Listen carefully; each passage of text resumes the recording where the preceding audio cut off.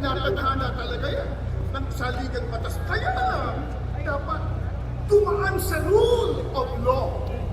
Ito po ang sitwasyon ngayon dito sa Quirino Grandstand at napakaraming tao ang dumadalo at nakikisa dito po sa National Rally for Peace ng mga miyembro ng Iglesia ni Cristo.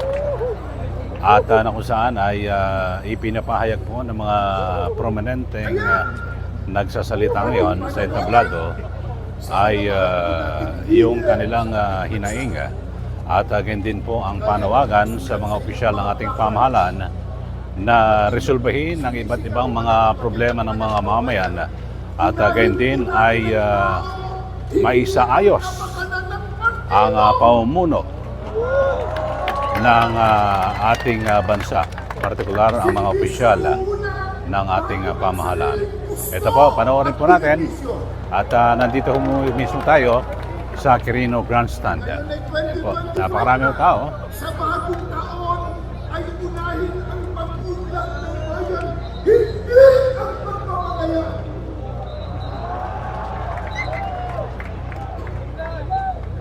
Ano ang pinakalimithi? Yan po ang sitwasyon dito sa Quirino Grandstand. Ang nagsasalita ngayon ay itong si Brother Arnel Tumana na isa po sa mga prominenteng personalidad ng Iglesia ni Cristo. Ayon po sa pagtataya ng mga otoridad ay nasa mahigit sa 1.5 billion na po ang miyembro ng Iglesia ni Cristo ang dumalo dito po sa National Rally for Peace na naglalayong magkaroon po ng pagkakaisa mga Pilipino na pangunahan din ng mga leader ng ating bansa. So mamaya subukan ho natin na magkaroon po tayo ng mga pakipagpanayan sa mga nagsidalo dito po sa Peace Rally ng Iglesia ni Cristo.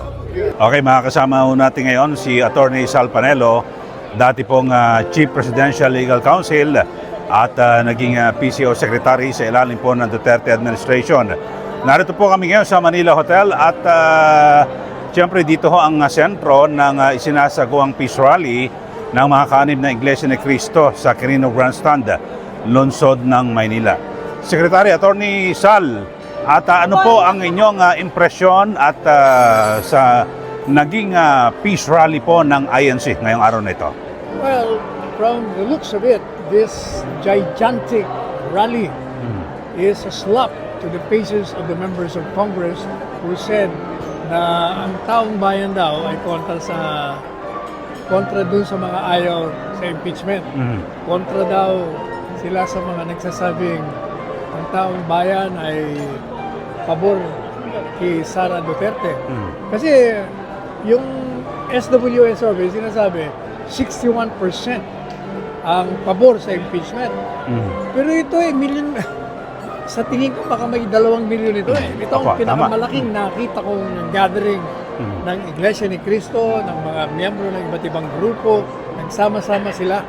At tama naman kasi, ang pinakapunto kasi, suportahan itong panawagan ni Presidente Marcos Jr. na itigil niya na yung impeachment sapagkat walang makikinabang kahit isang mamamayan. Kaya ako mismo, every day in my show, in my TikTok, Facebook program, talagang in-endorse ko sapagkat tama ang sinasabi ni Presidente Marcos Jr. Wala talaga makikinabang. Ang makikinabang lang nito, yung mga re-electionista, yung mga gustong tumakbo, sapagkat gagamitin nila yung impeachment para i-propagandize ang sarili nila. At pangalawa, talaga sa totoo lang, ang layunin ng impeachment ay para siraan lamang ang imahe ni VP Sara Duterte sapagkat ito ang sagabal sa kanilang mga ambisyon na sumunod sa pagluklok sa Malacanang kay Presidente Marcos Sr. Kaya tama sinasabi ni Presidente Marcos, huwag nyo nang ituloyan kasi lumilika lang ng guluyan at hindi kayo nakako-concentrate sa legislative program.